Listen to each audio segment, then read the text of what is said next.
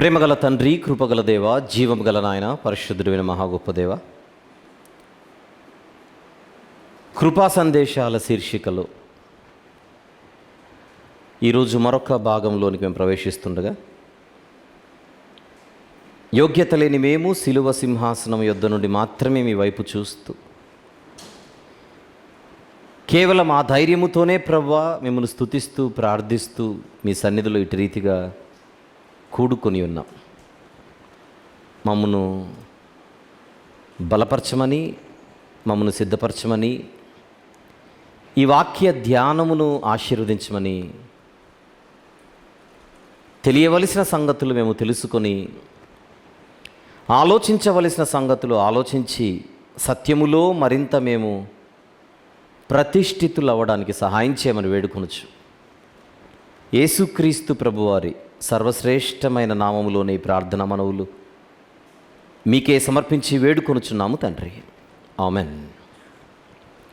కృపా సందేశాల శీర్షికలో మనమున్నాం. ప్రస్తుతం 22 భాగాలను ముగించుకొని 23వ భాగంలోనికి వెళ్తున్నాం. I right? 22 భాగాలను మనము ముగించుకొని 23వ భాగంలోనికి మనం ప్రవేశిస్తున్నాం.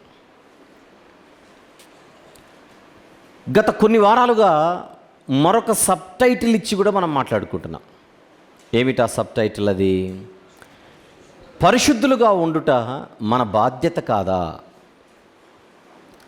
Is it not our responsibility to be holy అని మనం మాట్లాడుకుంటున్నాం. ఆ సబ్ టైటిల్పై ఇంతవరకు 6 భాగాలు పూర్తి చేసుకొని ఈరోజు మనము 7వ భాగంలోనికి ప్రవేశిస్తున్నాం. మెయిన్ టైటిల్ ఏమో కృపా సందేశాలు. ఎన్నో భాగం? 23వ భాగం. సబ్ టైటిల్ ఏమో పరిశుద్ధులుగా ఉండుట మన బాధ్యత కాదా అన్న దానిపై 7వ భాగం. క్రైస్తవ జీవితం అంటేనే పరిశుద్ధ జీవితం అని బైబిల్ చెబుతోంది. పరిశుద్ధత లేకుండా దేవునిని లేదా ప్రభువును చూడడం సాధ్యం కాదు అని కూడా బైబిల్ చెబుతోంది. ప్రత్యేకించి గత వారం హెబ్రీ పత్రికను మొత్తము తీసుకొని మొదటి అధ్యాయం నుండి చివరి అధ్యాయం వరకు హెబ్రీ గ్రంథకర్త ఏం చెబుతున్నాడు, ఏం మాట్లాడుతున్నాడు, ఏంటి తెలియజేస్తున్నాడు అన్న దానిపై మనము మన వాక్య ధ్యానాన్ని చేయడం జరిగింది. వాక్య సారాంశము సత్యము అన్న వాస్తవాన్ని మనం మర్చిపోకూడదు. ఒక సత్యాన్ని మనం తెలుసుకోవాలంటే ఒక్కొక్క ముక్కను తీసుకొని మనము మాట్లాడేస్తాము, మన విశ్వాసాన్ని నిర్ధారించుకుంటాము అంటే బైబిల్ అలా చెప్పట్లా, ఒప్పుకోదు. అందుచేత మనము వాక్య సారాన్ని, వాక్య సారాంశాన్ని సంపూర్ణంగా అర్థం చేసుకొని మాట్లాడుకోవలసిన అవసరం ఉంది అన్న విషయాన్ని మాట్లాడుకుంటూ పరిశుద్ధతకు సంబంధించి మాట్లాడుకుంటున్నాము గనుక ఎప్పుడు కూడా గుర్తుపెట్టుకోవాల్సిన 3 దశలను గూర్చి మనం మనసులో పెట్టుకోవాలని చెప్పాం. పరిశుద్ధతకు సంబంధించిన 3 దశలు గుర్తుంటే చెప్తారా? నంబర్ 1 స్థాన పరిశుద్ధత, నంబర్ 2 పురోగ పరిశుద్ధత, నంబర్ 3 పరిపూర్ణ లేదా సంపూర్ణ పరిశుద్ధత. సిలువ దగ్గరకు వచ్చి మన పాపాలు కడుగుకున్నప్పుడు మనము పరిశుద్ధులుగా దేవుని చేత గుర్తించబడుతున్నాం. పొజిషనల్ హోలీనెస్ అది. ఆ తర్వాత వాక్యము చేత మన జీవితాన్ని కడుగుకుంటూ పరిశుద్ధతలో మనము ఎదుగుచూ ప్రయాణం చేయాలి. ఇది ప్రోగ్రెసివ్ హోలీనెస్. యేసుక్రీస్తు ప్రభువారి లోకానికి వచ్చినప్పుడు అప్పుడు ఆయన మనలను పరిపూర్ణ పరిశుద్ధతలోనికి ఆయన ఆహ్వానించడం జరుగుతుంది. ఇది మనము బైబిల్ని బట్టి ఎప్పుడూ కూడా గుర్తుపెట్టుకోవలసినటువంటి విషయం. అందులో భాగంగా ఈరోజు మరికొన్ని సంగతులు బైబిల్లోని మరిన్ని వాక్యాలను ఆధారం చేసుకుని మనం మాట్లాడుకోవడానికి ప్రయాణం చేద్దాం. మొదటి వర్తమానంలో అబ్రహాం గారు కొన్ని వచనాలను సంఘం దృష్టికి తీసుకొని వచ్చారు. అందులో ఒక వచనాన్ని చూద్దాం. తీతు గారికి వ్రాయబడిన పత్రిక. తీతు గారికి వ్రాయబడిన పత్రిక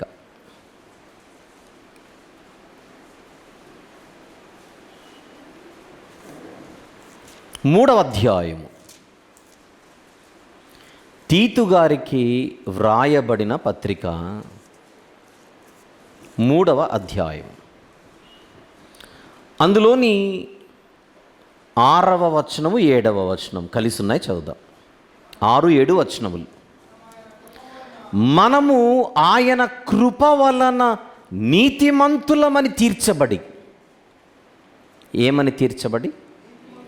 నీతిమంతులమని తీర్చబడి నిత్య జీవమును గూర్చిన నిరీక్షణను బట్టి దానికి వారసుల మగుటకై ఆ పరిశుద్ధాత్మను మన రక్షకుడైన యేసుక్రీస్తు ద్వారా ఆయన మన మీద సమృద్ధిగా కుమ్మరించాను. ఈ వచనాన్ని నేను చదివించడానికి గల కారణం, మొదటి లైన్లో మనం చదివినటువంటి వచనంలో మొదటి లైన్లో మనము ఆయన కృప వలన నీతిమంతులమని తీర్చబడ్డాము అని ఉంది. There is no doubt, there is no question. 100% మనము దేవుని కృప వలన మాత్రమే నీతిమంతులుగా తీర్చబడ్డాము. కానీ ఇందులో మన గొప్పతనము, మన నీతి, మన మంచితనము ఏవి కూడా ఇక్కడ లేవు. అయితే ఇదే బైబిల్లో నీతిమంతులను గురించి భక్తుడు వ్రాస్తూ ఒక మాట అంటున్నాడు. అక్కడికి కూడా వెళ్ళేసి ఒక మాట చూద్దాం. పేతురు గారు వ్రాసిన మొదటి పత్రిక 4వ అధ్యాయం. పేతురు గారి మొదటి పత్రిక 4వ అధ్యాయం 18వ వచనం చూద్దాం ఒకసారి. 18 మరియు నీతిమంతుడే రక్షింపబడుట దుర్లభమైతే భక్తిహీనుడును పాపియు ఎక్కడ నిలుతురు? ఏమన్నా ఆలోచనలు వస్తున్నాయా నేను చదివించింది? తీతు పత్రిక 3వ అధ్యాయము 6వ వచనాన్ని ఇప్పుడు చదువుకున్నాం. మనము ఆయన కృప వలన నీతిమంతులుగా తీర్చబడ్డాం ఉందా? తీతు పత్రికలో మనము ఆయన కృప వలన నీతిమంతులుగా తీర్చబడ్డాం. ఇప్పుడు పేతురు గారి మొదటి పత్రికలో 4వ అధ్యాయంలో 18వ వచనంలో ఏముంది? నీతిమంతుడే రక్షింపబడుట దుర్లభమైతే, నీతిమంతుడే రక్షింపబడుట దుర్లభమైతే భక్తిహీనుడును పాపియు ఎక్కడ నిలుతురు?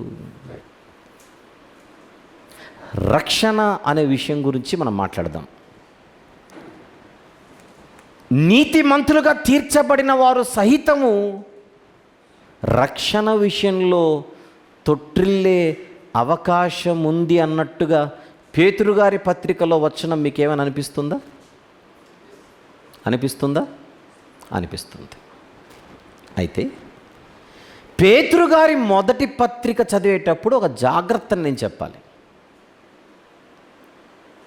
ఆ జాగ్రత్త మనం మనసులో పెట్టుకోకపోతే మనము కూడా తప్పు చేసిన వాళ్ళం అవుతాం. కనుక మనం ఎప్పుడు కూడా ఆ తప్పు చేయకుండా జాగ్రత్త పడడానికి పేతురు గారి మొదటి పత్రికకు సంబంధించి ఒక సమాచారం, పోయిన వారం హెబ్రీ పత్రికకు సంబంధించి ఒక సమాచారం నేను ఇచ్చినట్టుగా అదొక వార్నింగ్ లెటర్ అని, పేతురు గారి మొదటి పత్రిక కూడా పేతురు గారు ఎందుకు వ్రాసారు అనేది కూడా ఈ థీమ్, లెటర్ యొక్క థీమ్ని నేను చెప్పి తీరాలి.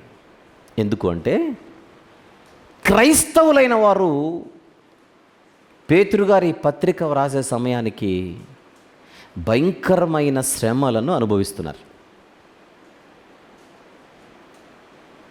శ్రమలను బట్టి మీరు బలహీన పడిపోయే స్థితి మనది కాదు. మనం ఏర్పరచబడిన వాళ్ళం, దేవుని సొత్తైన ప్రజలం, చీకటిలో నుండి ఆశ్చర్యకరమైన తన వెలుగులోనికి మనల్ని పిలిచిన వాని గుణాతిశయములను ప్రచురము చేయ నిమిత్తము దేవుడు మనల్ని నిలబెట్టిన రాజులైన యాజక సమూహం, పరిశుద్ధ ప్రజలం మనము అని క్రైస్తవులను ప్రోత్సహిస్తూ, శ్రమలను బట్టి కష్టాలను బట్టి ఎవరు కూడా ఎటువంటి విశ్వాస బలహీనతకు లోన్ అవ్వకండి అని జాగ్రత్త పరుస్తూ క్రైస్తవులను,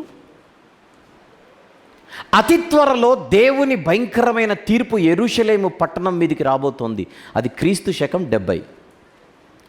క్రీస్తు శకం 70న రాబోయేటువంటి ఒక భయంకరమైనటువంటి దేవుని తీర్పు ఏదైతే ఉన్నదో, ఆ దేవుని తీర్పు జరిగినప్పుడు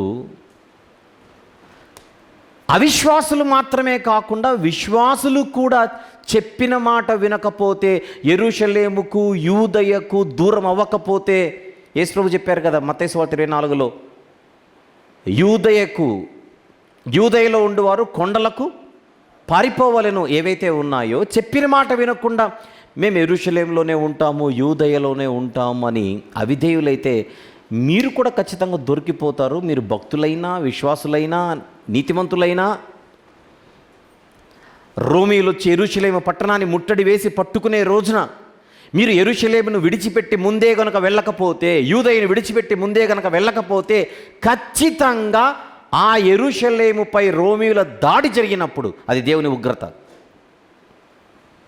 నీతిమంతులుగా పిలువబడేవారు సైతం, నీతిమంతులుగా ఎంచబడిన వారు సైతం ఆ యొక్క తీర్పుకు బలైపోతారు. లేకపోతే ఆ రోమీయుల దాడికి వాళ్ళు కూడా బలైపోతారు. ఎందుకంటే క్రీస్తు శకం 70న రోమీయులు యూదయ దేశముపై, యెరూషలేముపై దాడి చేసినప్పుడు సుమారు 10 లక్షల మంది యూదులు చనిపోయారు. 1 కాదు 2 కాదు, చాలా పెద్ద తీర్పు అది, చాలా పెద్ద సంఘటన అది. అది మాత్రమే కాకుండా శత్రువుల చేతికి పట్టబడినటువంటి వారి సంఖ్య కూడా చాలా పెద్దది. అందుకే ముందు నుంచే అపోస్తలులు చెబుతూ, ముందు నుంచే ప్రభు కూడా చెప్పి, పలానా సూచనలు మీకు కంటికి కనిపించగానే, పలానా సూచనలు మీరు చూడగానే వెంటనే యూదయ నుంచి మీరు దూరం అయిపోండి. ఈ జాగ్రత్తలు విన్న తర్వాత కూడా ఎవరైనా మీరు మొండిగా ఉండిపోతే, ఏం కాదులేని నిర్లక్ష్యానికి తావిచ్చి మీరు ఉండిపోతే దొరికిపోతారు రోమీయులకు అనేది పేతురు గారి మొదటి పత్రికలో కూడా ఒక థీమ్ నడుస్తూ ఉంటుంది. ఈ పాయింట్ అందరికి అర్థమైందా లేదా అని అడుగుతున్నాను. ఎందుకంటే కొన్ని వచనాలు చూద్దాం ఒకసారి పేతురు గారి మొదటి పత్రికలో. ఎందుకంటే నేను పేతురు గారి మొదటి పత్రికలో 4వ అధ్యాయం 18వ వచనం చూపించాను కనుక నేను అవుట్ ఆఫ్ కాంటెక్స్ట్ మాట్లాడకూడదు. అంటే అక్కడ ఉన్నటువంటి కాంటెక్స్ట్ని విడిచిపెట్టి నేను ఏదో మాట్లాడే ప్రయత్నం చేయకూడదు. అందుకే ముందుగా నేను కాంటెక్స్ట్ని మీకు పరిచయం చేసే ప్రయత్నం చేస్తున్నా. పేతురు గారి మొదటి పత్రికలో 4వ అధ్యాయం 12వ వచనం చూద్దాం. పేతురు గారి మొదటి పత్రిక 4వ అధ్యాయం 12వ వచనం. ప్రియులారా, మిమ్మును శోధించుటకు మీకు కలుగుచున్న అగ్ని వంటి మహాశ్రమను గూర్చి మీకేదో ఒక వింత సంభవించినట్టు ఆశ్చర్యపడకుడి. అంటే ఆల్రెడీ క్రైస్తవులకు ఏమి ఎదురవుతున్నాయి? అగ్ని వంటి మహాశ్రమలు. క్రీస్తు శకం 70 దగ్గర పడుతోంది. అలాగే మొదటి అధ్యాయంలో కూడా చూద్దాం. అదే పత్రికలోని మొదటి అధ్యాయములో 6వ వచనం చూద్దామా? 6వ వచనం. ఇందువలన మీరు మిక్కిలి ఆనందించుచున్నారు కానీ అవసరమును బట్టి నానా విధములైన శోధనల చేత ప్రస్తుతమున కొంచెము కాలము మీకు దుఃఖము కలుగుచున్నది. నశించిపోవు సువర్ణము అగ్ని పరీక్ష వలన శుద్ధపరచబడుచున్నది కదా, దానికంటే అమూల్యమైన మీ విశ్వాసము ఈ శోధనల చేత పరీక్షకు నిలిచినదై యేసుక్రీస్తు ప్రత్యక్షమైనప్పుడు మీకు మెప్పును మహిమయు ఘనతయు కలుగుటకు కారణమగును. అంటే ప్రస్తుతం మీకు అగ్ని వంటి శ్రమలు వస్తున్నాయి, నాకు తెలుసు, కానీ ఎవరు బలహీనపడకండి అని అక్కడున్నటువంటి కాంటెక్స్ట్లో పేతురు గారు ఒక విషయాన్ని రీడర్స్కి చెబుతున్నాడు. ఇంతవరకు ఓకే, నేను కాంటెక్స్ట్ నుంచి బయటికి వెళ్ళట్లా. ఆ పత్రికల్లో ఉన్న సందర్భం ఏంటో నేను ముందుగానే మీ దృష్టికి తెచ్చేసి 4వ అధ్యాయం 18వ వచనంలో నీతిమంతుడే రక్షింపబడుట దుర్లభమైతే అనగానే అది ఏ రక్షణకు సంబంధించి? నరకము నుండి రక్షణ లేకపోతే రోమీయుల నుండి రక్షణ అనే క్వశ్చన్ నేనే వేస్తున్నా.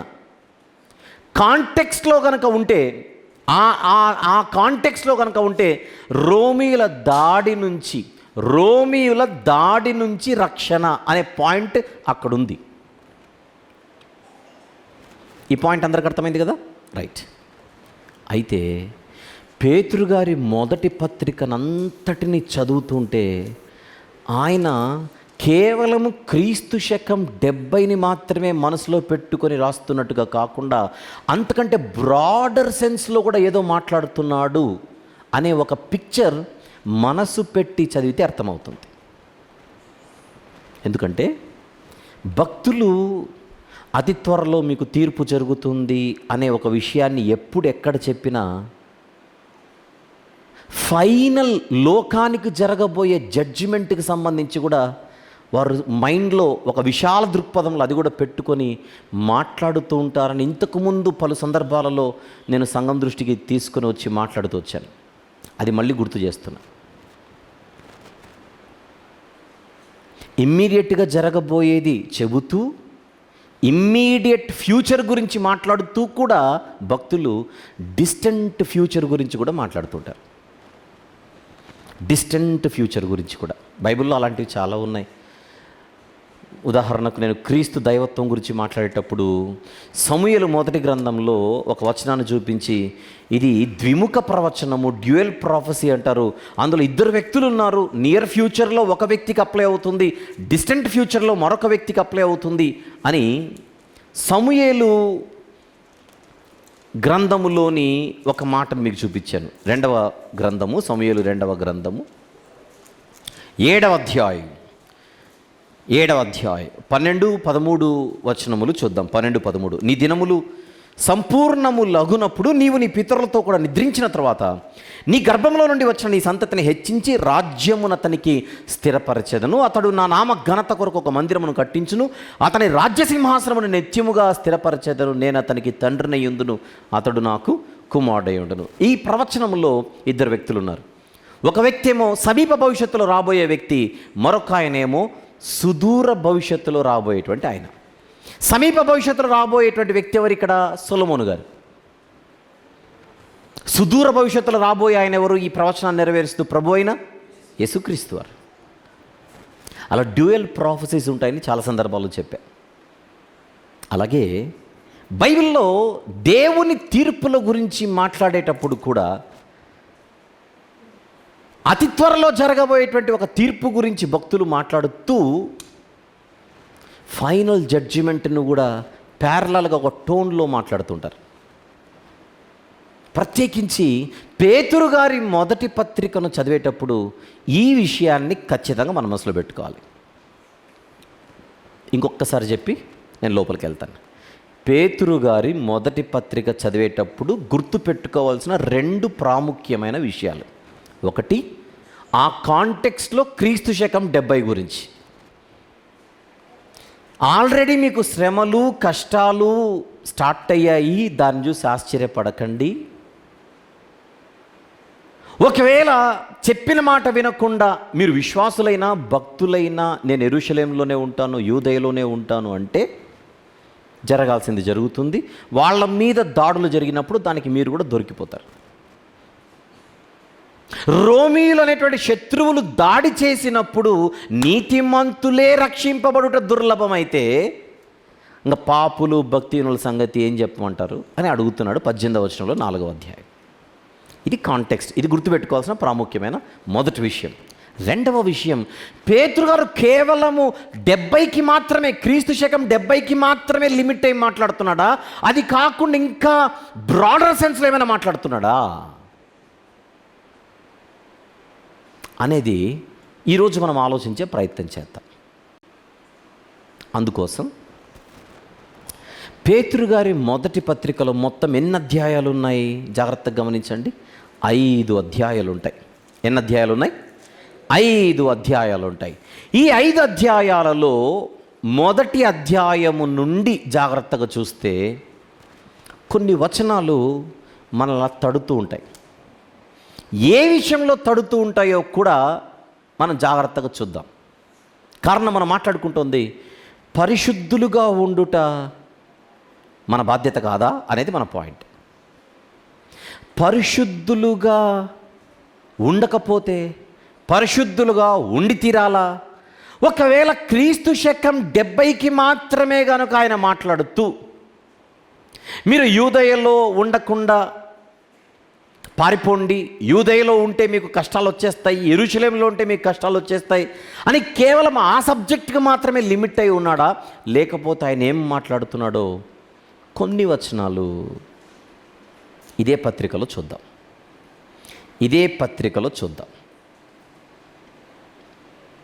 ఏ వచనం చూద్దాం? ముందుగా పేతురు గారి మొదటి పత్రిక 1వ అధ్యాయము 14వ వచనం చూడమని అడుగుతున్నాడు కింగ్సన్ గారు. నేనేమంటానంటే, సార్ 13వ వచనం కూడా చూపిస్తారా అని ఆయన రిక్వెస్ట్ చేస్తున్నా. మనం కూడా చూద్దాం. చూపిస్తారా? చూపించారు. చూడండి ఒకసారి 13వ వచనం. కాబట్టి మీ మనస్సు అను నడుము కట్టుకొని నిబ్బరమైన బుద్ధి గలవారై యేసుక్రీస్తు ప్రత్యక్షమైనప్పుడు, మళ్ళీ కాబట్టి మీ మనస్సు అను నడుము కట్టుకొని నిబ్బరమైన బుద్ధి గలవారై యేసుక్రీస్తు ప్రత్యక్షమైనప్పుడు మీకు తేబడు కృప విషయమై సంపూర్ణ నిరీక్షణ కలిగి ఉండుడి. క్రీస్తు శకం 70 గురించి మాత్రమే ఆయన మాట్లాడుతున్నాడు పత్రికంతటా. అంటే ఈ 13వ వచనంలో ఒకరోజు యేసు ప్రభు ప్రత్యక్షమవుతాడు. ఆయన ప్రత్యక్షమైనప్పుడు మనకు ఒక కృప వస్తుంది. అసలు ఇది ఇప్పుడు చూడండి, అసలు ఈ పాయింట్ చూడండి. మనకు ఆల్రెడీ కృప వచ్చేసింది, కృప మనపై కుమ్మరించబడిందని మనం మాట్లాడుకుంటూ ఉంటే, యేసుక్రీస్తు ప్రభువారు ఈ లోకానికి వచ్చినప్పుడు ఏదో కృపను తీసుకొని వస్తాడట. Catch the point. యేసుక్రీస్తు ప్రత్యక్షమైనప్పుడు మీకు ఏముంది అక్కడ చూడండి, మీకు తేబడు కృప అంటే మనం ఏదో కృపని ఇంకా పొందుకోబోచున్నామన్నమాట. అంటే పొందుకున్న కృప, పొందుకుంటున్న కృప, పొందుకోబోయే కృప. అంతేనా? పొందుకున్న పరిశుద్ధత, పొందుకొనుచున్న పరిశుద్ధత, నెక్స్ట్ పొందుకొనబోయే పరిశుద్ధత. పరిశుద్ధతను మనకు దేవుడు ఫ్రీగానే ఇచ్చాడు శిలువ దగ్గర. అది పొందుకున్న కృప. ప్రస్తుతము వాక్యము చేత మన జీవితాలు పరిశుద్ధపరచబడుచూ ఉన్నాయి. పొందుకొనుచున్న కృప. కానీ యేసు ప్రభు ప్రత్యక్షమైనప్పుడు మనం సంపూర్ణ కృపలోనికి ప్రవేశిస్తాం. ఏ కృపలోనికి ప్రవేశిస్తాం చెప్పండి? ఇప్పుడు సంపూర్ణ కృపలోనికి ప్రవేశించాలంటే ప్రస్తుతం ఏం జరగాలో చెప్పనా? ఇప్పుడు మనకివ్వబడిన కృపలో మనము అభివృద్ధి చెందుతూ ఉండాలి. అదే పేతురు గారు 2వ పత్రికలో ఏమంటున్నాడో చూద్దాం. 2వ పత్రిక 3వ అధ్యాయం. అదే పేతురు గారు 2వ పత్రికలో 3వ అధ్యాయంలో చివరి వచనం ఒకసారి చూద్దాం. 18వ వచనం. మన ప్రభువును రక్షకుడునైన యేసుక్రీస్తు అనుగ్రహించు కృపయందును జ్ఞానమందును అభివృద్ధి పొందుడి. కృపలో అభివృద్ధి పొందాలా. ఆలోచించండి, ఇది కృపలో అభివృద్ధి పొందాలా.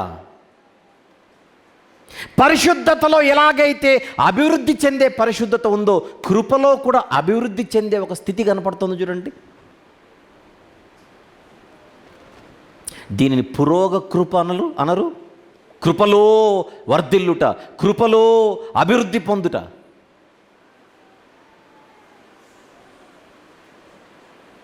మళ్ళీ మొదటి వర్తమానాన్ని గుర్తు చేసుకుందాం. అబ్రహాం గారు మొదటి వర్తమానం అందిస్తూ హెబ్రీ పత్రిక 12వ అధ్యాయంలో ఒక మాటను చూపించారు. అది చూద్దాం ఒకసారి. 12వ అధ్యాయం, హెబ్రీలకు వ్రాసిన పత్రిక 12వ అధ్యాయం 15వ వచనం చూద్దాం. 15వ వచనం చూద్దాం. హెబ్రీ పత్రిక 12వ అధ్యాయం 15వ వచనం. మీలో ఎవడైనను దేవుని కృపను పొందకుండా తప్పిపోవునేమో అని. అదేంటది? ఆల్రెడీ దేవుని కృప వచ్చేసింది, దేవుని కృప మన మీద ఉన్నది. ఆ దేవుని కృప చేతనే మనం రక్షింపబడి ఉన్నాము. తీతు పత్రికలో చూసాం కదా. దేవుని కృప వలన మనము నీతిమంతులుగా తీర్చబడిన వారము. ఇందాక తీతు పత్రికలో మనం చూసినది, దేవుని కృప వలన మనం నీతిమంతులుగా తీర్చబడిన వారము. తీతు పత్రికలో చదివాం మనం ఇందాక 3వ అధ్యాయం 6-7 వచనాలలో. హెబ్రీ పత్రికకు వచ్చేసరికి,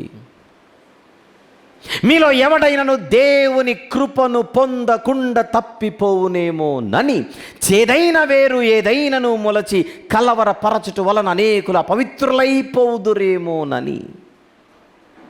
ఒక పూట కూటి కొరకు తన జ్యేష్ఠత్వపు హక్కు నమ్మి వేసిన ఏషావు వంటి భ్రష్టుడైనను వ్యభిచారి అయినను ఉండునేమోనని జాగ్రత్తగా చూచుకోండి. పైన 14వ వచనంలో, పరిశుద్ధత కలిగి ఉండుటకు ప్రయత్నించుడి, పరిశుద్ధత లేకుండా ఎవడును ప్రభువును చూడడు. అంటే అర్థమవుతున్న పాయింట్ ఇక్కడ, దయచేసి గమనించండి. కృపను పొందకుండా తప్పిపోయే పాసిబిలిటీ ఉందా? ఉంది అంటుంది బైబిల్. ఏమిటా కృప? యేసుక్రీస్తు ప్రభు ప్రత్యక్షమైనప్పుడు తేబడు కృప. పేతురుగారి మొదటి పత్రిక 1వ అధ్యాయంలో ఉన్నాం. పేతురుగారి మొదటి పత్రిక 1వ అధ్యాయంలో ఉన్నాం. ఏమన్నారు ఆయన 13వ వచనంలో? యేసుక్రీస్తు ప్రత్యక్షమైనప్పుడు మీకు ఒక కృప తేబడుతుంది. ఆ కృప తేబడుతుంది అనే సంపూర్ణ నిరీక్షణ మనకు ఉండాలి. ఆ నిరీక్షణను కోల్పోకండి, సంపూర్ణ నిరీక్షణను కలిగి ఉండుడి. సంపూర్ణ నిరీక్షణ, యేసు ప్రభు వస్తాడనే నిరీక్షణ, వచ్చినప్పుడు మనకు సంపూర్ణ కృప ఒకటి తెస్తాడనేటువంటి ఒక వాగ్దానం, దాని గురించినటువంటి నిరీక్షణ. ఆ నిరీక్షణను ఎప్పుడు కూడా విడిచిపెట్టకండి. ఆలోచించండి.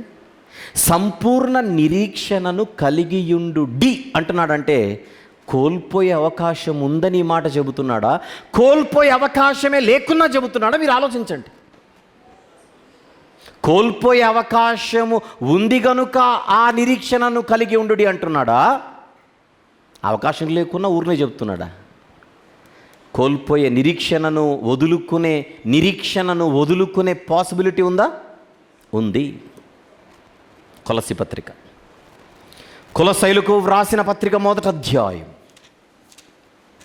కొలస్సీ పత్రిక 1వ అధ్యాయం 22-23 వచనములు ఒక్కసారి చూద్దాం. 22 and 23 అందరు తీసారా? కొలస్సీ పత్రిక 1వ అధ్యాయం 22-23 వచనములు. తన సన్నిధిని పరిశుద్ధులుగాను నిర్దోషులుగాను నిరపరాధులుగాను నిలవబెట్టుటకు ఆయన మాంసయుక్తమైన దేహమందు మరణము వలన ఇప్పుడు మిమ్మును సమాధానపరిచేను. 23వ వచనం, పునాది మీద కట్టబడిన వారై స్థిరముగా ఉండి మీరు విన్నట్టియు ఆకాశము క్రింద ఉన్న సమస్త సృష్టికి ప్రకటింపబడినట్టియు ఈ సువార్త వలన కలుగు నిరీక్షణ నుండి ఏం చేయకూడదట? తెలుగు అందరికి వచ్చు కదా. నిరీక్షణ నుండి తొలగిపోకండి అంటున్నాడంటే తొలగిపోయే అవకాశం ఉందా? ఉన్నట్టేగా. ఆ నిరీక్షణ నుండి తొలగిపోక విశ్వాసమందు నిలిచియుండిన ఎడల ఇది మీకు కలుగును, ఇది మీకు కలుగును.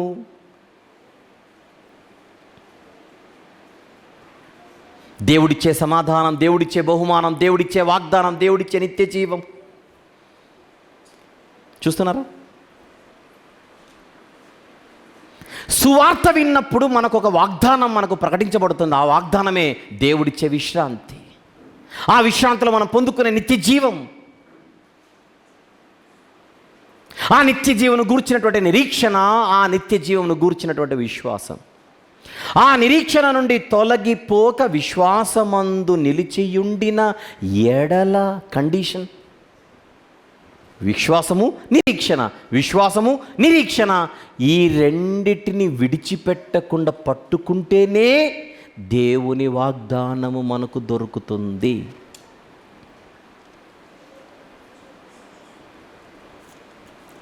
ఇవన్నీ మనసులో పెట్టుకొని మళ్ళీ పేతురు గారి పత్రికకు వద్దాం.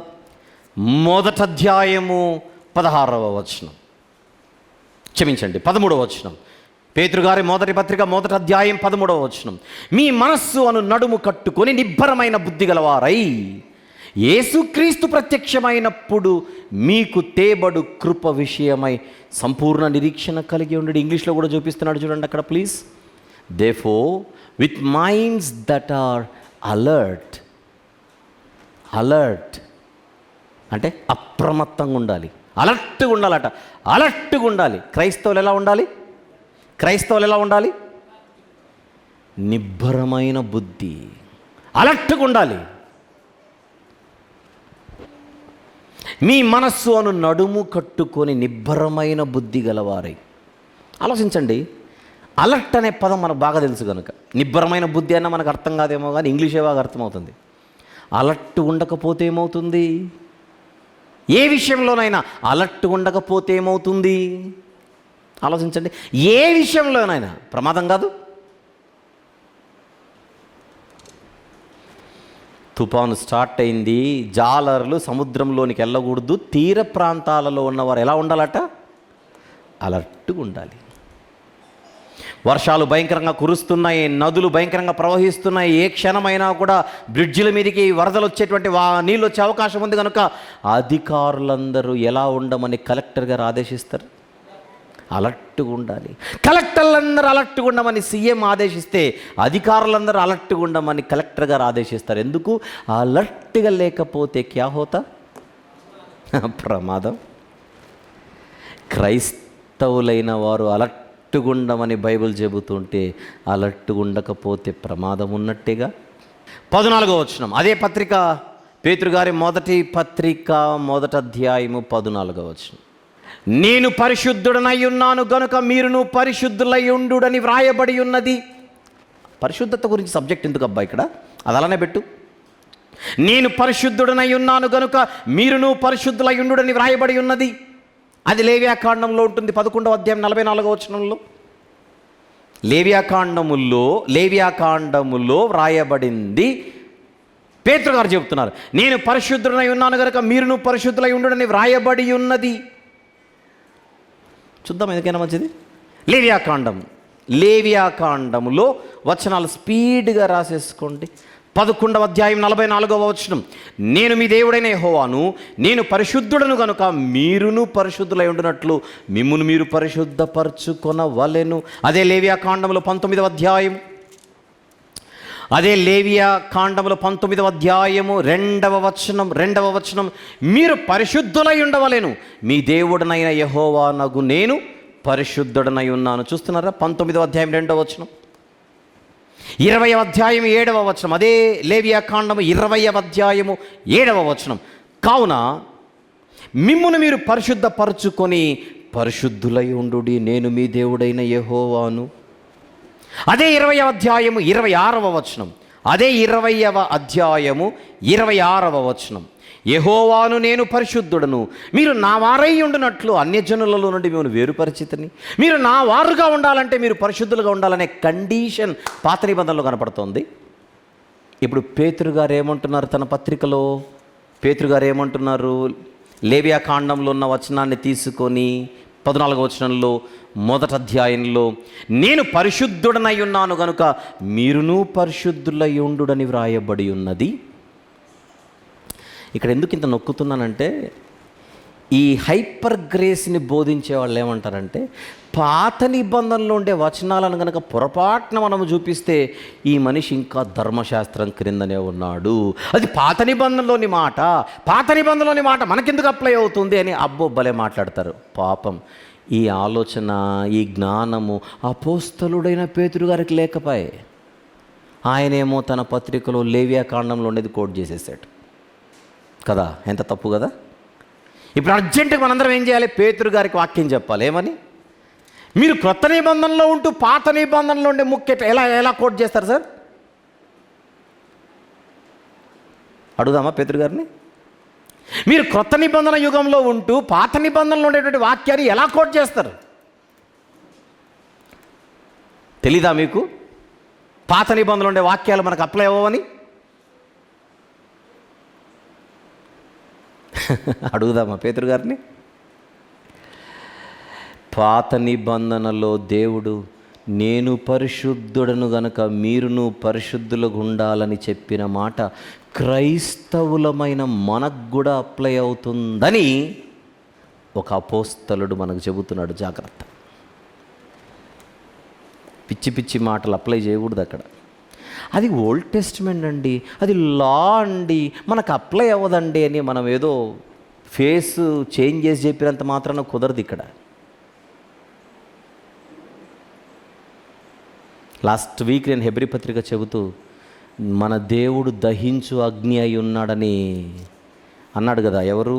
హెబ్రీ గ్రంథకర్త. 12వ అధ్యాయంలో చివరి మాట, 12వ అధ్యాయంలో చివరి మాట, ఏలయనగా మన దేవుడు దహించు అగ్ని అయి ఉన్నాడు. అది ఎక్కడుంది? అది కూడా ఓల్డ్ టెస్టిమెంటే, అది కూడా ఓల్డ్ టెస్టిమెంటే. ద్వితీయోపదేశకాండము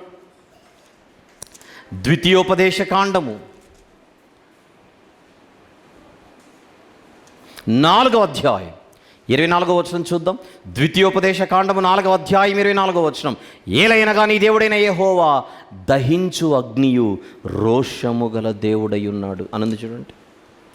అంటే హెబ్రీ గ్రంథకర్త కూడా ఓల్డ్ టెస్టిమెంట్లోని ఒక వాక్యాన్ని తీసుకొని క్రైస్తవులతో మాట్లాడుతున్నాడు. మనం బాగుంటేనే ఆయన చల్లని చూపు, ఆయన గద్దించిన, ఆయన మందలించిన మారకపోతే అప్పుడు ఆయనలో మనం ఎవరిని చూడాల్సి వస్తుంది? దహించు అగ్నిని. ఎక్స్క్యూజ్ మీ, నేను ద్వితీయోపదేశకాండములోని వచనాన్ని, లేవ్యాకాండములోని వచనాన్ని ఇప్పుడు ఎందుకు చూపించినట్టు? ఎందుకు చూపించానంటే పాత నిబంధనలో ఉండే మాటలు క్రైస్తవులైన మనకు అప్లై అవ్వవు అని చెప్తారు వీళ్ళు. అప్పుడు మనం అంటుంది ఏంటి? హెబ్రీ పత్రిక రాయబడిందే క్రైస్తవులకు నాయన, పేతురుగారి పత్రిక కూడా రాయబడింది క్రైస్తవులకు. వాళ్ళిద్దరూ కూడా ఈ పత్రికలను ఈ గ్రంథాలను రాసినటువంటి మహాభక్తులు పాత నిబంధనలో ఉన్న వాటిని కోట్ చేస్తూనే మెసేజ్ ఇస్తున్నారు. అందుచేత పాత నిబంధనలు ఏవి మనకు అప్లై అవ్వవు, ఏవి అప్లై అవుతాయి అనేటువంటి బుద్ధి జ్ఞానం అనేది ఒకటి మనకు ఉండాలి. బ్లంట్గా కొట్టేయకూడదు, అది మనకు అప్లై అవ్వదని చెప్పేసి. వద్దామా పేతురుగారి పత్రికకు? పేతురుగారి మొదటి పత్రిక 1వ అధ్యాయం 14వ వచనం నుంచి 16వ వచనములు, నేను పరిశుద్ధుడై ఉన్నాను గనుక మీరును పరిశుద్ధులై ఉండుడని వ్రాయబడి ఉన్నది. కాగా మీరు విధేయులకు పిల్లలై మీ పూర్వపు అజ్ఞాన దశలో మీకుండిన ఆశలను అనుసరించి ప్రవర్తింపక మిమ్మును పిలిచినవాడు పరిశుద్ధుడై ఉన్న ప్రకారము మీరును సమస్త ప్రవర్తన యందు పరిశుద్ధులై ఉండుడి. ఒక్కసారి ఆలోచించండి. నువ్వు స్క్రీన్ మీద కూడా చూపిస్తున్నావు కదా, అలానే ఉంచు. ఒక్కసారి మీరు ఆలోచించండి. క్రీస్తు శకం 70కి మాత్రమే పరిమితమై అపోస్తలుడైన పేతురు గారు మాట్లాడుతుంటే ఈ మాట ఎందుకు రాస్తాడు? ఏ మాట? మీరు విధేయులకు పిల్లలై మీ పూర్వపు అజ్ఞాన దశలో మీకుండిన ఆశలను అనుసరించి ప్రవర్తింపక. మీ పూర్వపు అజ్ఞాన దశలో మీకు ఏ ఆశలైతే ఉన్నాయో ఆ ఆశలను అనుసరించి ప్రవర్తింపక మిమ్మల్ని పిలిచిన వాడు పరిశుద్ధుడై ఉన్న ప్రకారం మీరును సమస్త ప్రవర్తన యందు పరిశుద్ధులుగా ఉండు అనే సబ్జెక్ట్ని, అనే మ్యాటర్ని, అనే పాయింట్ని ఎందుకు చెబుతాడు? ఎందుకు చెప్తున్నానంటే కొంతమంది పెద్ద పెద్ద వ్యాఖ్యాతలు సహితం పేతురు గారి మొదటి పత్రికలో ఉన్న దాన్ని పొరపాటున కూడా ఫైనల్ జడ్జిమెంట్కి మనం అప్లై చేయకూడదు. కేవలం క్రీస్తు శకం 70కి మాత్రమే అప్లై చేయాలని, క్రీస్తు శకం 70కి మాత్రమే అప్లై చేయాలని కొంతమంది చాలా బలంగానే మాట్లాడారు. నేను అడుగుతున్నాను, అదెలా అవుతుంది? కేవలం క్రీస్తు శకం 70కి మాత్రమే అప్లై అయ్యేదైతే పరిశుద్ధతను కోల్పోకుండా జాగ్రత్తగా బతకండి. మునుపున్న మీ అజ్ఞాన దశలో మీకు ఏ ఆశలైతే ఉండినవో ఆ ఆశలను అనుసరించి మీరు బతకూడదు, ప్రవర్తించకూడదు అనే మాట ఇక్కడ రాయవలసిన అవసరం ఏముంది? యేసుక్రీస్తు ప్రభువారు ప్రత్యక్షమైనప్పుడు మనకు ఒక కృప తేబడుతుంది. ఆ తేబడిన కృప యందు ఏదైతే ఉన్నదో ఆ కృప విషయమై సంపూర్ణ నిరీక్షణ కలిగి ఉండమని ఎందుకు చెబుతాడు అంటే రైటర్ గారు 70కి మాత్రమే లిమిట్ అవ్వకుండా మరింత బ్రాడర్ సెన్స్లో విషయాలు మాట్లాడుతున్నట్టుగా అనిపించట్లా? చూడండి 17వ వచనం, పక్షపాతము లేకుండా క్రియలను బట్టి ప్రతి వానిని తీర్పు తీర్చేవాడు తండ్రి అని మీరు ఆయనకు ప్రార్థన చేయుచున్నారు గనుక మీరు పరదేశులై ఉన్నంతకాలము భయముతో గడుపుడి. ఈ మాట ఎందుకన్నాడు పత్రికలో? ప్రార్థన చేసేటప్పుడు మనం అంటాం ప్రార్థన చేసేటప్పుడు మనం జనరల్గా అంటాం కదా, పక్షపాతము లేకుండా తీర్పు తీర్చే దేవానికి స్తోత్రం అంటాం. పేతురు గారు అదే గుర్తు చేస్తున్నాడు. నువ్వు ఏ ప్రార్థనలో నీ ప్రార్థనలో నువ్వు ఏ మాట అయితే అంటున్నావో అది నీకు అప్లై అవ్వదు. పక్షపాతము లేకుండా తీర్పు తీర్చు దేవా నీకు స్తోత్రం అని మనం అనేటప్పుడు ఆ నేచర్, దేవునికి ఉండేటువంటి ఆ స్వభావము ప్రార్థన చేసి నీకు అప్లై అవ్వదా అంటున్నాడు. ప్రార్థన చేసే మనమైనా ఆయన అనుకున్నట్టుగా బతకకుండా గీత దాటి బతికితే ఆ తీర్పు మన మీద కూడా వెల్లడవుతుంది. జాగ్రత్త, భయముతో బతకండి. 18 పితృపారంపర్యమైన మీ వ్యర్థ ప్రవర్తనను విడిచిపెట్టినట్లుగా వెండి బంగారముల వంటి క్షయ వస్తువుల చేత మీరు విమోచింపబడలేదు కానీ అమూల్యమైన రక్తము చేత, క్రీస్తు రక్తము చేత అనగా అమూల్యమైన రక్తము చేత అనగా నిర్దోషమును నిష్కలంకమునగు గొర్రెపిల్ల వంటి క్రీస్తు రక్తము చేత విమోచింపబడుతారని మీరు ఎరుగుదురు కదా. మిమ్మల్ని విమోచించినది అమూల్యమైన రక్తం, అది నిర్దోషమైన రక్తం. అది ఆ రక్తము విలువ తెలిస్తే మీకు దక్కిన ఈ రక్షణ విలువ మీకు అర్థమవుతుంది. ఇంకా 21వ వచనం 22 నుంచి చూద్దాం. 22 మీరు క్షయ బీజము నుండి కాక శాశ్వతమగు జీవము గల దేవుని వాక్యమూలంగా అక్షయ బీజము నుండి పుట్టింపబడిన వారు గనుక నిష్కపటమైన సహోదర ప్రేమ కలుగునట్లు మీరు సత్యమునకు విధేయులవుట చేత మీ మనస్సులను పవిత్రపరచుకొనిన వారయుండి ఒకనినొకడు హృదయపూర్వకముగాను మిక్కుటముగాను ప్రేమించుడి. ఈ మాట ఎందుకు ఇంత సుదీర్ఘంగా ఉంది, ఎందుకు చదివించానంటే, ప్రేమించడము గనుక క్రైస్తవులైన మీలో కరువైతే మీ పొరుగువారిని, మీ ఎదుటివారిని, మీ తోటి సహోదరులను ప్రేమించడం అనేది కనుక మిస్ అయితే, ప్రేమ లేనప్పుడు ఆటోమేటిక్గా అవతల వారి మీద మనకు వ్యతిరేకత స్టార్ట్ అయిపోతుంది. ఎదుటి వారి మీద వ్యతిరేకత స్టార్ట్ అయితే మనము తెలియకుండానే పాపములో పడిపోతాం. అపవిత్రత అంటుకుంటుంది. చూడండి అక్కడ, నిష్కపటమైన సహోదర ప్రేమ కలుగునట్లు మీరు సత్యమునకు విధేయులవుట చేత మీ మనస్సులను పవిత్రపరుచుకొనిన వారయుండి. సత్యానికి విధేయులవ్వాలి. సహోదర ప్రేమ కలగాలంటే సత్యానికి విధేయులవ్వాలి. అప్పుడు మాత్రమే మన మనసులు పవిత్ర మనసులై ఉంటాయి. ఎందుకు ఈ జాగ్రత్త? పొర్రపాటున మీరు ప్రేమను చంపేస్తే మీ జీవితంలో, మీ పొరుగు వారి మీద, తోటి వారి మీద ప్రేమను గనక చంపితే అపవిత్రత మీ మనసులకు అంటుకుంటుంది. జాగ్రత్త, అపవిత్రత మీ మనసులకు అంటుకుంటుంది. జాగ్రత్త.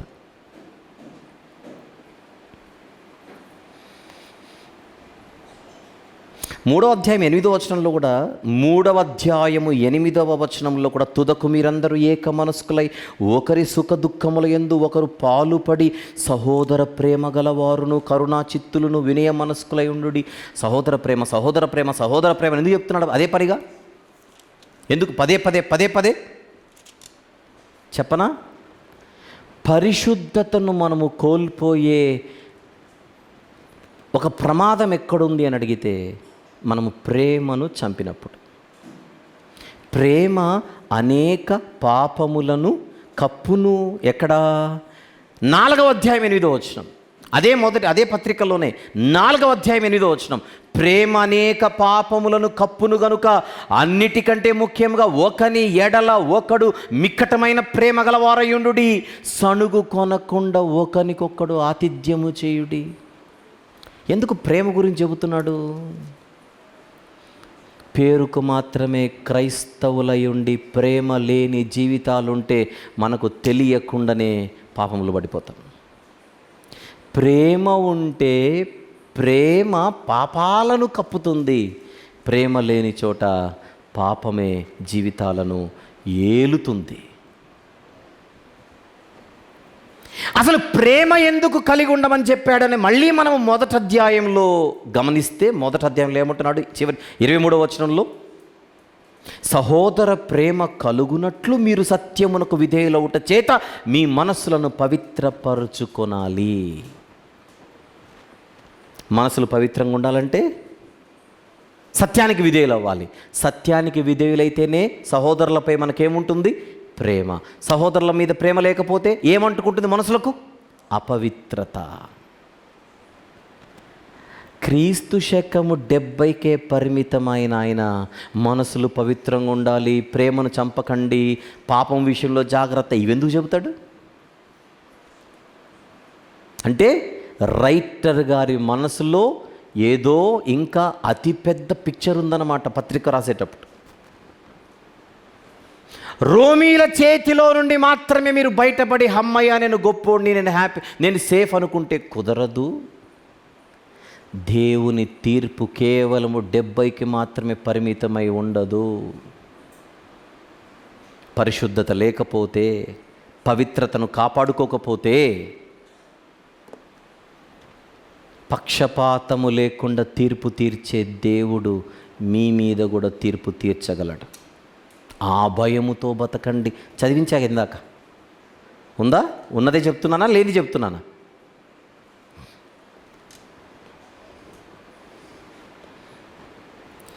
మనలో కూడా కొన్ని సందర్భాలలో మనకు తెలియకుండా ఉండే ఒక బలహీనత ఏంటో చెప్పనా? ఒక సహోదరుడు కానీ ఒక సహోదరి కానీ మన మధ్య లేకపోయినప్పుడు, మళ్ళీ మన మధ్య లేని సహోదరుని గురించి లేదా సహోదరుల గురించి, మన మధ్య లేని సహోదరిని గురించి లేదా సహోదరీమణుల గురించి నెగిటివ్గా మాట్లాడుకునే ఒక వ్యక్తిత్వం, ఒక మనస్తత్వం మనలో ఉందేమో పరిశీలించుకుందాం. ఎందుకో చెప్పనా? ఆ టైంలోనే సాతాను మనలో ప్రవేశిస్తాడు. ప్రవేశించడమే కాదు, అక్కడ మనల్ని దెబ్బ కొడతాడు. మన మధ్య లేని సహోదరులను గురించి, మన మధ్య లేని సోదరీమణుల గురించి నెగిటివ్గా మాట్లాడుకునే ఒక టెండెన్సీ ఏదైతే ఉంటుందో క్రైస్తవులైన మనలో బాగానే ఉంటుంది. నిజాలు మాట్లాడుకుంటే దాని విషయమై మనం జాగ్రత్త పడాలి. ఒకవేళ నిజంగానే ప్రాబ్లం ఉంటే వాళ్ళు బాగుపడాలి అనే ఉద్దేశముతో మనము మాట్లాడుకొని ఏదైనా చేద్దాం, ప్రార్థన చేద్దాం అన్నంత వరకు అయితే ఓకే, కానీ వాళ్ళ గురించి, వాళ్ళ బలహీనతల గురించి నెగిటివ్గా మాట్లాడుకొని కడుపు నింపుకోవాలనే ఆలోచన ఉంటే మాత్రం అది ఏకంగా మనసుకు పాపం అంటుకునే ఒక ప్రమాదకరమైనటువంటి స్వభావం అది. నిజాయితీగా ఆలోచిస్తే మనలో ఈ బలహీనత ఉందా లేదా? ఉందంటారా లేదంటారా? లేని వారి గురించి తప్పుగా మాట్లాడుకోవడం, మన మధ్య లేని వారి గురించి వేరుగా మాట్లాడుకోవడం. పోనీ వాళ్ళ క్షేమం కోరా అంటే అంతేం ఉండదు. మళ్ళీ వాళ్ళ క్షేమము కోరి మనం వాళ్ళ గురించి ఈ రీతిగా మాట్లాడుకుంటున్నామంటే కాదు, అదొక రుచి. అలా మాట్లాడుకుంటే అమ్మయ్య ఎంత బాగుందో.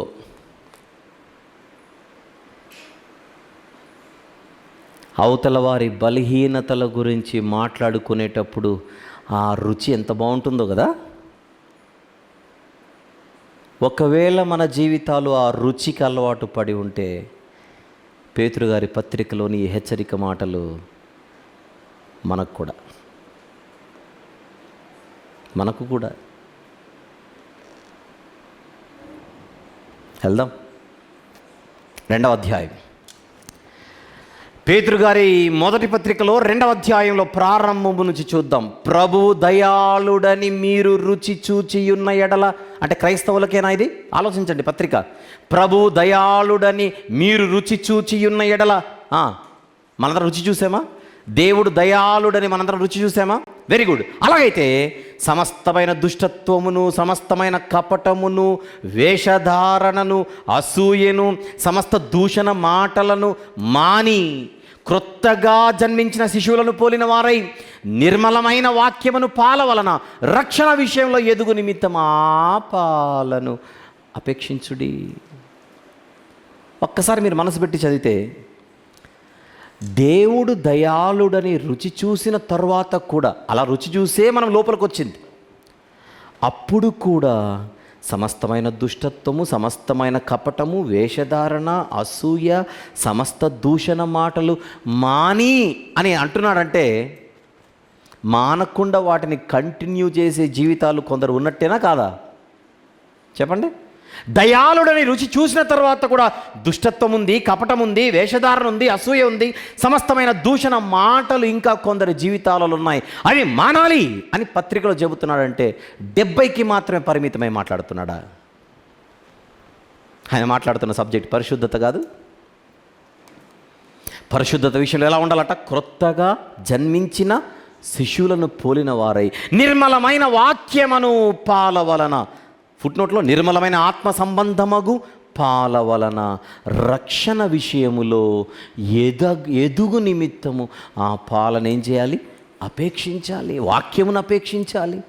వాక్యాన్ని దేంతో పోల్చాడు? పాలతో. ఆత్మ సంబంధమైన పాలు, నిర్మలమైన ఆత్మ సంబంధమైన పాలు.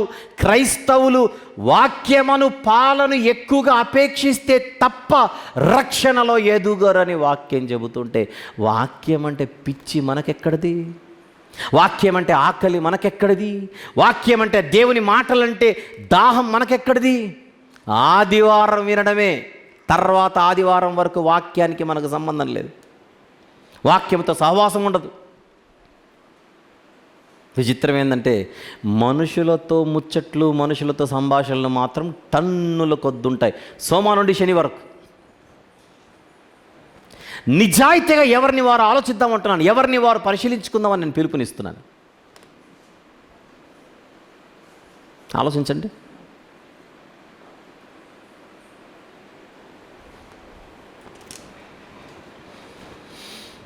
వాక్యాన్ని అపేక్షించే జీవితాలు క్రైస్తవులుగా పిలువబడే వారందరికీ ఉందా?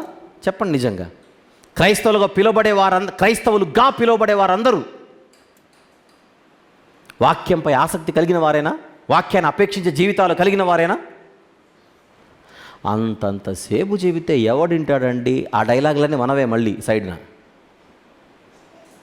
ఎక్కువసేపు వాక్యం ఉండకూడదు, రోజుకి ఎక్కువ అధ్యాయాలు చదవలేము, ఎక్కువసేపు ప్రార్థనలో గడపలేము.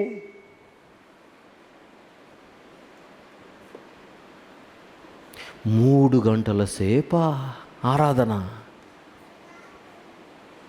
మా దగ్గర గంటే. అధిక బలమున్న ఎడల గంటంపావే. 3 గంటలు ఎవడు కూర్చుంటాడు? ఈ మాటలన్నీ క్రైస్తవులవేనండోయ్.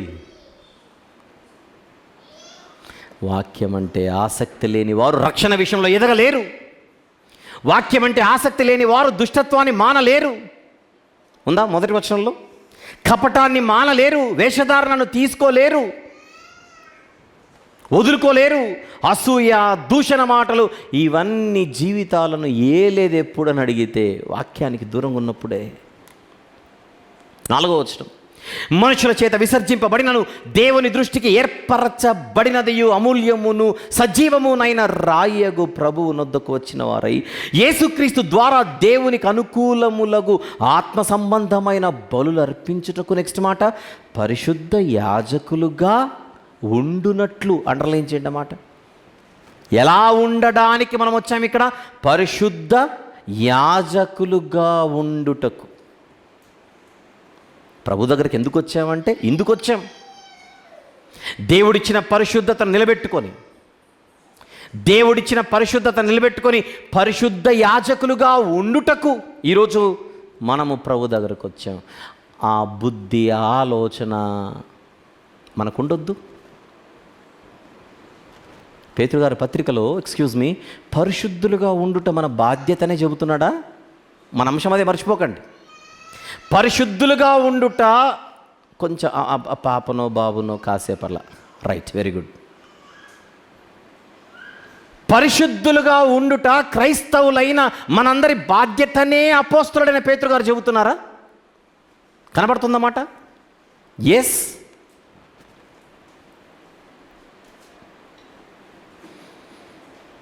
పదకొండవ వచనం, 2వ అధ్యాయము 11 నుంచి చదువుకుంటూ వెళ్దాం.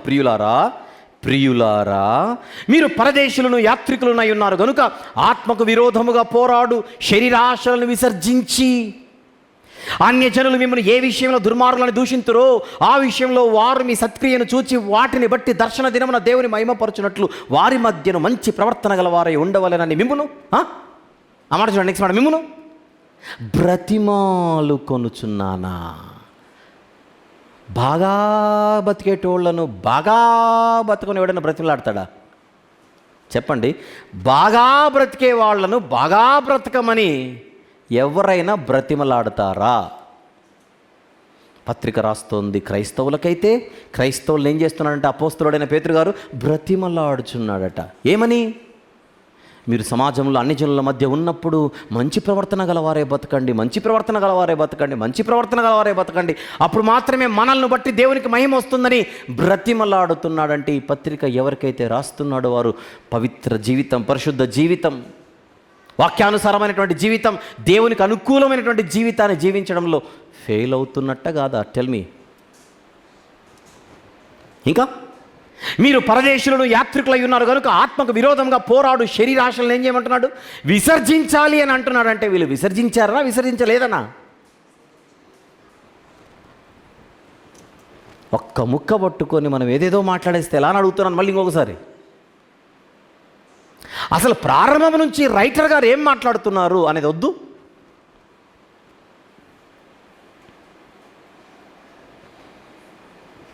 ఇంకా 3వ అధ్యాయానికి వెళ్ళిపోదామా? పేతురు గారి మొదటి పత్రిక 3వ అధ్యాయం 8వ వచనము నుంచి మళ్ళీ చదువుదాం. 9కి వెళ్ళిపోదాం.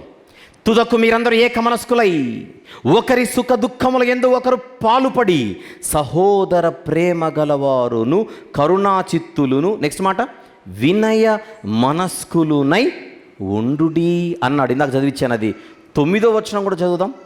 9వ వచనం కూడా చదవండి. ఏముంది?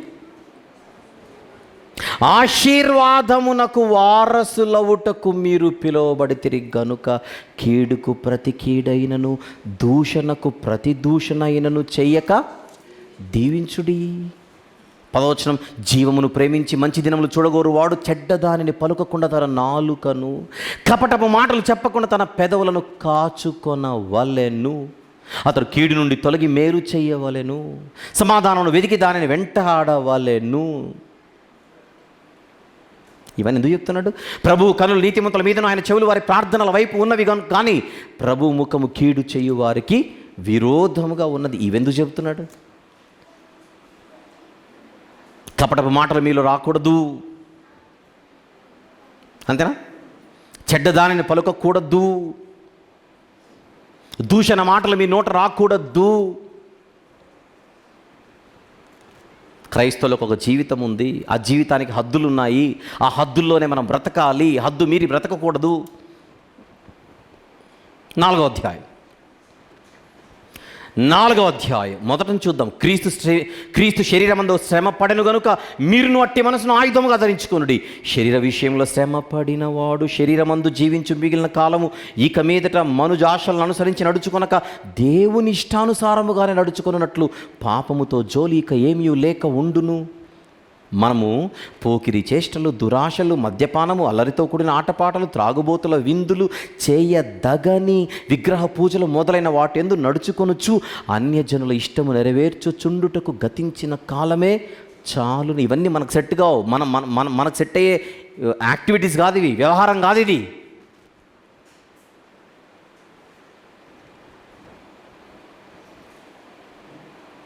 గమనిస్తున్నారా? ఎందుకు చెబుతున్నాడు ఇవన్నీ అని అంటే వీటిలో పడిపోయిన బతుకులు క్రైస్తవులైన వారిలో కొందరు ఉన్నాయి అన్నట్టేనా కాదా? వెళ్దాం ఇంకా ముందుకి. 4వ అధ్యాయం 15వ వచనం. అదే 4వ అధ్యాయం 15వ వచనం, మీలో ఎవడును నరహంతకుడుగా కానీ, దొంగగా కానీ, దుర్మార్గుడుగా కానీ, పరుల జోలికి పోవువాడుగా కానీ బాధను అనుభవింప తగదు. క్రైస్తవుడైనందుకు బాధ అనుభవిస్తే అది భాగ్యమే కానీ క్రైస్తవుడైనందుకు తప్ప మిగిలిన వాటి కారణాలను బట్టి మనం బాధ అనుభవించడానికి మన జీవితాలు అలా లేవు. తగదు.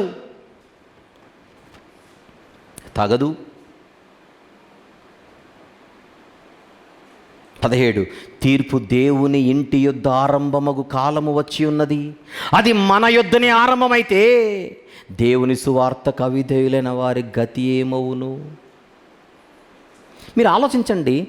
ఈ పత్రికలో సెన్స్ అంతా టోన్ అంతా కేవలము 70కి మాత్రమే పరిమితమై మాట్లాడుతున్నట్టు ఏమైనా అనిపిస్తుందా?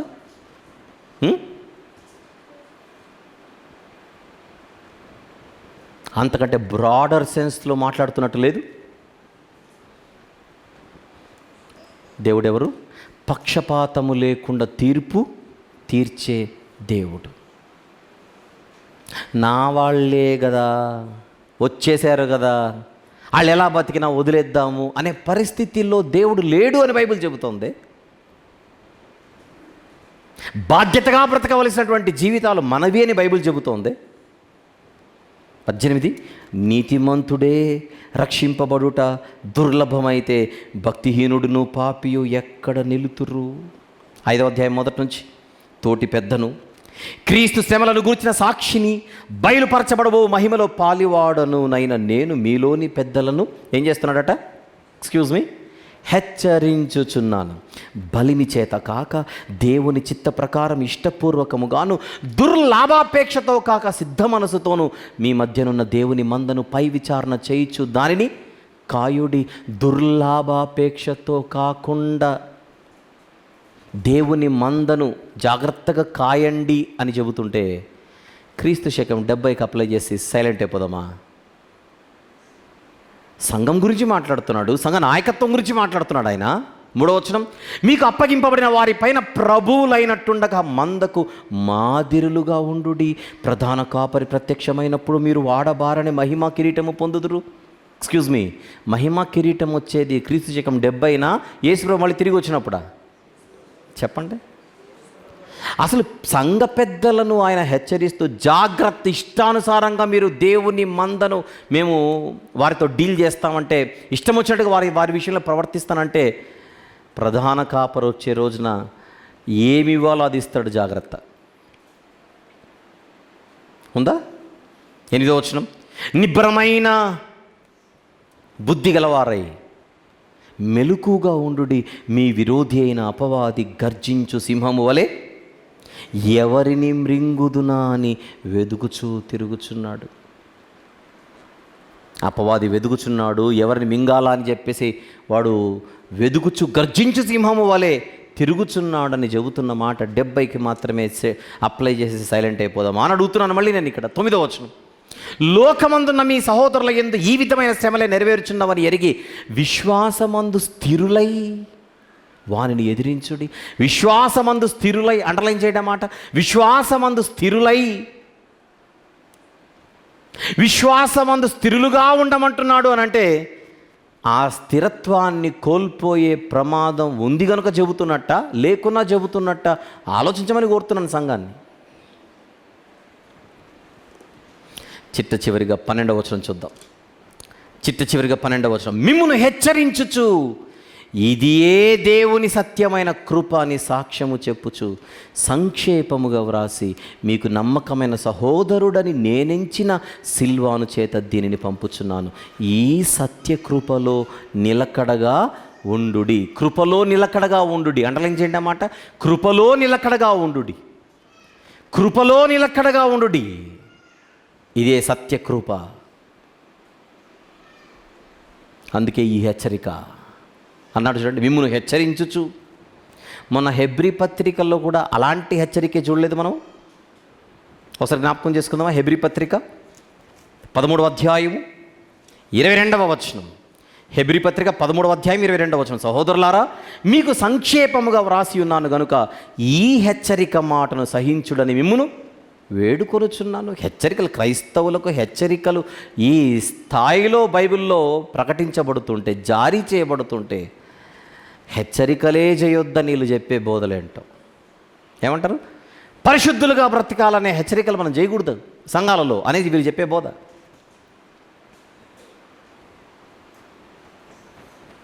పరిశుద్ధులుగా బతకమని చెబితే అది మన సొంత శక్తిపై ఆధారపడినట్టు. అసలు బైబిల్ అలా చెప్పలా. దేవుణ్ణి ఆనుకుంటేనే పరిశుద్ధులుగా బతకొచ్చు అని చెబుతోంది.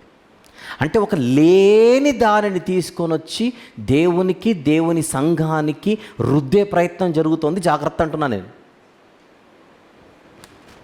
పరిశుద్ధులుగా జీవించడం మన బాధ్యత కాదు అని చెబుతున్న వీరు అలా మనం పరిశుద్ధులుగా జీవించడం మన బాధ్యతని చెబితే అప్పుడు మనం సొంత శక్తిపై ఆధారపడుతూ పరలోకాన్ని సొంత శక్తితో సంపాదించుకోవాలనేటువంటి ఒక ప్రయత్నం చేస్తున్నట్టు అని లేనిది, బైబిల్లో లేని దానిని తీసుకొని వచ్చి అప్లై చేసే ఒక ప్రయత్నం ఈ సదరు బోధకులు ఈ భయంకరమైన తప్పుడు సిద్ధాంతాన్ని నెత్తినేసుకొని మోస్తూ ప్రకటిస్తున్నారు.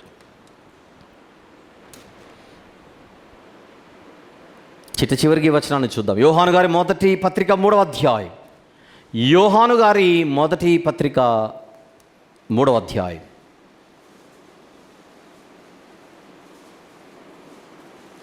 మూడవ వచనం చూద్దామా? యోహాను గారి మొదటి పత్రిక 3వ అధ్యాయం 3వ వచనం. ఆయన యందు ఈ నిరీక్షణ పెట్టుకొనిన ప్రతి వాడును, మళ్ళీ ఆయన యందు ఈ నిరీక్షణ పెట్టుకొనిన ప్రతి వాడును ఆయన పవిత్రుడై ఉన్నట్టుగా తన్ను పవిత్రునిగా చేసుకొనును. ఏమందాం దీన్ని? ఆయన పవిత్రుడై ఉన్నట్టుగా తనను పవిత్రునిగా చేసుకొనును అంటే మనల్ని మనం పవిత్రులుగా పెట్టుకోవాల్సిన బాధ్యత ఉందా? ఎస్ అంటోంది బైబిల్. ఎవరి మీద ఆధారపడి? దేవుని మీద ఆధారపడి. ఎవరితో సహవాసం కలిగి? దేవునితో సహవాసం కలిగి, వాక్యముతో సహవాసం కలిగి, సంఘముతో సహవాసము కలిగి, దుష్ట సాంగత్యము లేకుండా. The Bible clearly speaks about our responsibility in regard to our holiness. పరిశుద్ధతకు సంబంధించి మన బాధ్యత గురించి బైబిల్ గ్రంథం చాలా స్పష్టంగా మాట్లాడుతుంటే ఇది మన బాధ్యత కానే కాదు. దేవుడు ఆల్రెడీ పరిశుద్ధపరిచేశాడు. ఇక మనం ఎలాంటి ప్రయత్నం చేయాల్సిన అవసరం లేదంటే ఇప్పుడు నేను చదివిన వచనాలన్నీ, ఇప్పుడు చూపించిన వచనాలన్నిటినీ ఇంకా పక్కన పెట్టేసి కొత్త బైబిల్ రాసుకోవాల్సింది అంతే. మనం గుర్తుపెట్టుకోవాలి, లాజికల్ మైండ్ బైబిల్కి అప్లై చేయకూడదు. సత్యం తెలియాలంటే మనకు ఉండవలసింది లాజికల్ మైండ్ కాదు, స్క్రిప్చరల్ మైండ్. ఒకవేళ నేను లాజికల్గా ఆలోచిస్తానన్నది స్క్రిప్చర్ బేస్ అయి ఉండాలి, లేఖన ఆధారములతో కూడినదై ఉండాలి. అప్పుడు మాత్రమే అది సత్యమవుతుంది. ఎవరు కట్టకుండానే ఈ విశ్వమంతా వస్తుందా? లాజిక్ అది. ఎవరు కట్టకుండానే విశ్వమంతా వస్తుందా? లాజిక్ అది. కరెక్టే. ప్రతి ఇల్లును ఎవడైనా ఒకరి చేత కట్టబడును కదా, మరి విశ్వమంతా ఎవరో ఒకరు కట్టాలి కదా. ఈ లాజికల్ పాయింట్కి బైబిల్ కూడా సపోర్ట్ చేస్తుంది. కానీ అదే లాజిక్ను ఉపయోగించి అసలు దేవుడు అనేవాడు ఎలా పుట్టింటాడు, పుట్టకుండా ఎలా వస్తాడు చెప్పు అని అడగకూడదు. ఎందుకు? బైబిల్ ఒప్పుకోదు. ఎందుకు ఒప్పుకోదు? బైబిల్ ఏం చెప్తుందంటే దేవుని గురించి, దేవుడంటే పుట్టినవాడు కాదు, దేవుడంటే ఉన్నవాడు. అంతే. మన మట్టి బుర్రలో పుట్టే కొత్త లాజిక్ని తీసుకుని వచ్చి అక్కడ అప్లై చేయకూడదు. అది సరే, దేవుడు ఉన్నవాడు కరెక్టే, ఎప్పటి నుంచి ఉన్నవాడు అనకూడదు. ఇక ఎప్పటి నుంచి ఉన్నవాడు, ఎప్పటి నుండి అనేది దేవునికి అప్లై అవ్వదు. ఆ భాషే దేవునికి సెట్ కాదు. ఆకాశం గురించి చెప్పు, ఎప్పటి నుంచి ఆకాశం ఉంది, బాగుంది. ఎప్పటి నుంచి భూమి ఉంది, బాగుంది. ఎప్పటి నుంచి దూతలు ఉన్నారు, బాగుంది. ఎప్పటి నుంచి పరలోకం ఉంది, బాగానే ఉంది. ఎప్పటి నుంచి నేనున్నాను, నీ గురించి మాట్లాడదాం. ఎప్పటి నుంచి దేవుడు ఉన్నాడు, ఎప్పటి నుండి అనే టైంని తీసుకొని వచ్చి దేవునికి అప్లై చేయకూడదు. ఎందుకంటే దేవుడు కాలాతీతుడు, కాలానికి అతీతుడు. దేవుడు కాలాన్ని కలిగించిన వాడు దేవుడు. ఆయన కాలం లోపల తీసుకొని వచ్చి మాట్లాడతానంటే నీ లాజిక్ ఇక్కడ పనిచేయదు. వీళ్ళందరూ చేసేది అదే. ఈ హైపర్ గ్రేస్ డాక్ట్రిన్లో ఉన్న వాళ్ళు లాజికల్ థింకింగ్తో ముందుకు వస్తున్నారు. కుదరదు. మీ లాజికల్ పాయింట్స్కి బైబిల్ సపోర్ట్ చేయాలి. బైబిల్ ఏం చేయాలి? సపోర్ట్ చేయాలి. పరిశుద్ధులుగా మనం బ్రతకడం అనేది దేవుని మీద ఆధారపడితే జరిగేది, పరిశుద్ధాత్ముని తోడుంటే జరిగేది, పరిశుద్ధాత్మునితో సహవాసం ఉంటే జరిగేది, పరిశుద్ధాత్మునితో బంధం ఉంటే జరిగేది. పరిశుద్ధాత్ముని పక్కన పెట్టి నేను ప్రయత్నం చేసి పరిశుద్ధులుగా ఉండాలంటే నువ్వు అంటున్న మాట నాకు అప్లై అవుతుంది. ఏం అప్లై అవుతుంది? నేను నా సొంత శక్తిపైన ఆధారపడుతున్నట్టు. మనం అలా చెప్పట్లేదుగా, బైబిల్ అలా చెప్పట్లేదుగా. పరిశుద్ధాత్మునితో సహవాసము కలిగి అపోస్తలుల బోధ ఎందును, సహవాసమందును, రొట్టె విరుచుట ఎందును, ప్రార్థన ఎందును ఎడతెగక ఉంటే పాపం అంటించుకోకుండా బతుకొచ్చని బైబిల్ మనకు రూట్ చూపించింది. బైబిల్ చూపించిన రూట్లో వెళితే పరిశుద్ధతను కోల్పోయే అవకాశమే లేదు.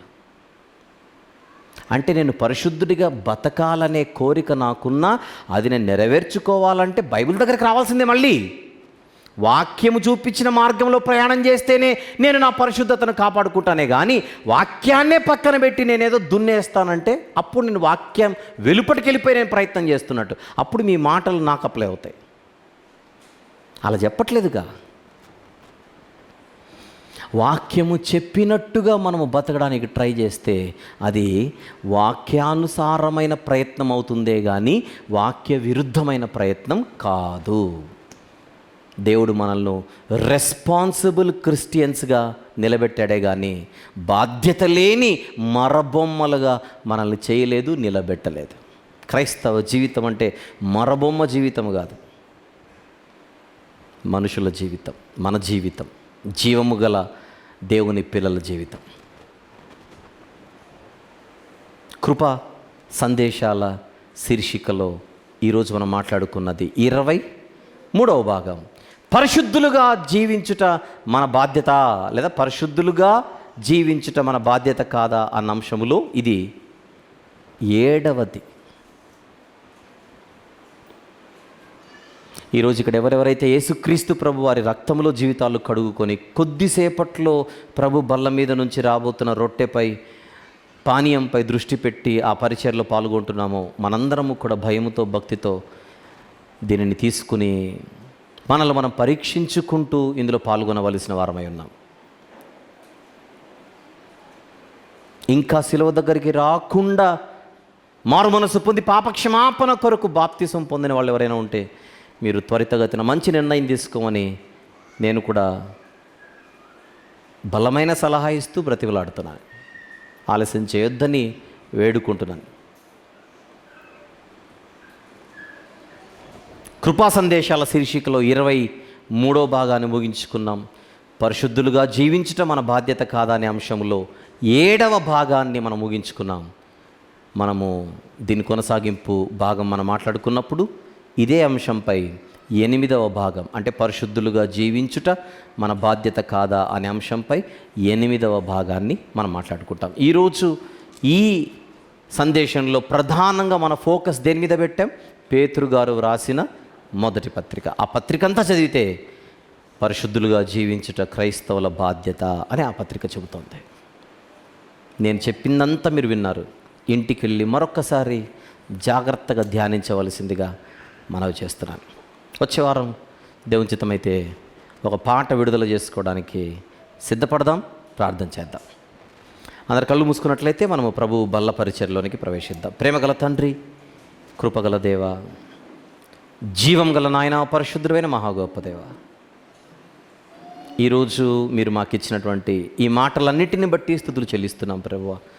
పరిశుద్ధులుగా జీవించటం మా బాధ్యత అన్న సంగతి విస్మరించి బతికే పరిస్థితి ప్రభువా మీ గ్రంథమందు మాకైతే లేదు.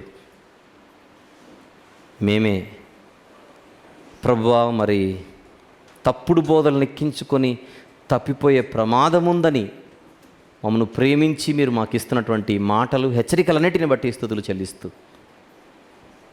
విన్న మాటలు మా హృదయాలలో నుంచి సాతాను దొంగలించకుండా కాపాడుకునేటువంటి శక్తిని మా అందరికీ ప్రసాదించమని యేసుక్రీస్తు ప్రభు వారి పవిత్రమైన నామములు ప్రార్థనా మనవులు మీకే సమర్పించి వేడుకొనుచు పొందుకొనుచున్నాము తండ్రి. ఆమేన్.